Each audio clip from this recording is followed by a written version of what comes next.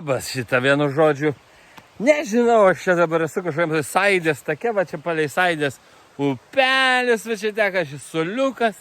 Vienu žodžiu, aš taip jums pasakysiu. Nu blogai čia su ta Lietuva mūsų yra visiškas grynas blogis. Vaikštai kažkokius takelius, kažkokius šunys gali maudytis, vienu žodžiu. O svarbiausia, kad reikia šiukšlės pačiam susirinkti.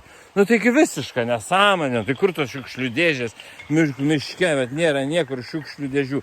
Viską turi pats susirinkti. Nukritę medžiai visur vavoliojasi, o taip guli. Ten kažkur piliakalnis, didžiausias, gražiausias, gražus vaizdai. Nu ir kam tie vaizdai įdomus, kam viso to reikia? Tai vienu žodžiu, Saidė važiuoji, Saidė, kažkokia Saidė. Pamatai ten kažkokį žemėlapį, jisai visas atvirkščias, kol supranti, kur ten eiti. Paskui kažkur atsisėdi su muštiniu patogiai pavalgyti. Nu kam to reikia?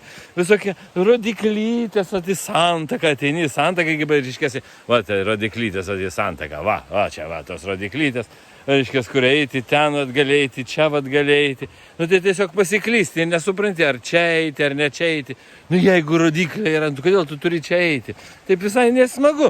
Ir turi būti kažkaip tai, tai padaryta, kad net niekur nesuprastum, kad gerai pasigaudyt turėtum. Dabar čia atvažiuoji, va čia gali palikti mašiną, tai kažkas su motoroleriais važinėja. Nu, aš jų baisu. Vaikai va ten va maudosi upelėje, va čia va. Tu va toks va yra baisus dalykas šiandien. Va, matot, fliuksus rodo, nu tai siaubas. Va, tas Saidės upelis ėjo, žiūrėkit, ir kažkur nuėjo. Nu tai va toks baisus dalykas, čia yra šitas Saidės takas ir visas čia šitas gyvenimas šiandien. Tai vat man, ta prasme, jūs ir atsibodut ir nevažiuokit šiandien, čia neverta, visiškai nesąmonė yra. Kam tas grožis, kam ta gamta reikalinga. Dar ten vat kažkoks, tai reiškia, čia galima, kas čia, su slidėm ten, pavyzdžiui, važinėja va šito, va, jo? Nu, va tokia. Nu, va tokia va ta Saidė, va taip. Atsibodut tiesiog, aš jums pasakysiu, va, ir viso gero.